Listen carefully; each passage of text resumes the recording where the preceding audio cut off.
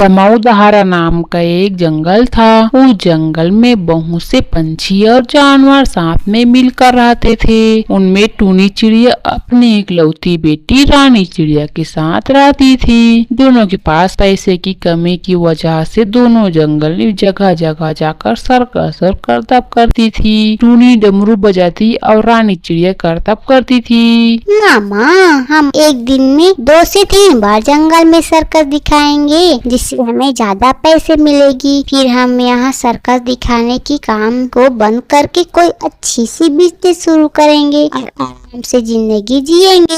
रानी बिटिया, अब मैं ज्यादा बूढ़ी हो गई हूँ, तो मुझसे ज्यादा जगह जाकर सर्कस करने में बहुत ही तकलीफ होती है। हम धीरे धीरे करके रुपये इकट्ठा करेंगे, फिर यहाँ काम छोड़ देंगे। अब मुझे आराम की जरूरत है रानी बिटिया।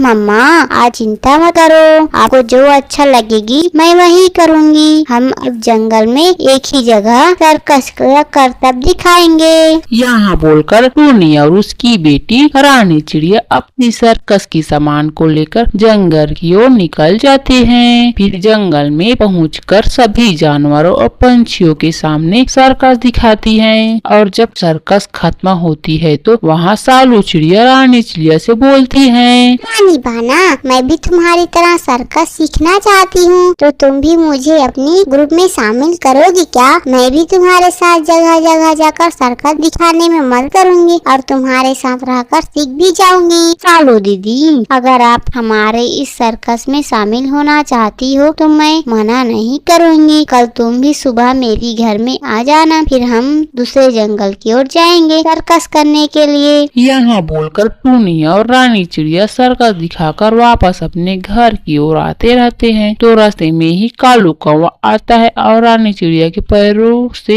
थैला को लूटकर भाग जाता है। दोनों कुछ समय तक पीछा करते हैं, लेकिन कालू कौवा उनसे ज्यादा आगे निकल जाता है। अगले दिन जब सालू चिड़िया रानी चिड़िया के घर जाती है तो रानी चिड़िया बोलती है, रानी बहना, मैं आ गई, चलो हम सर्कस दिखाने जाते हैं। आज तुम किस गांव में जाने वाली हो? सालू दीदी, कल जब हम माँ बेटी सर्कस दिखाकर आ रहे थे तो रास्ते में ही कोई लुटेरे पंछी तेजी से आया और हमारे थैलों को लूटकर भाग गए। उसी में हमारी सर्कस की पूरी सामान थी। उस सामान के बिना हम सर्कस नहीं दिखा पाएंगे। अब हम बिना सर्कस के कहाँ से कमाएंगे? रानी बहना, तुम चिंता मत करो, मैं हूँ ना, मैं कोई तरकीब निकालती हूँ जिससे तुम्हारी सर्कस दोबारा शुरू हो सके। अब मैं चलती हूँ और कोई जुगाड़ लगाकर कल फिर वापस आऊंगी। इसके बाद सालू चिड़िया सीधे कालू कौवे के पास जाती है और कालू कौवे से बात करके सर्कस की सामान को वापस रानी चिड़िया के पास लाती है। फिर सभी मिलकर जंगल में जगह जगह सर्कस दिखाती और खुशी खुशी जिंदगी जीवन यापन करने लगती थी।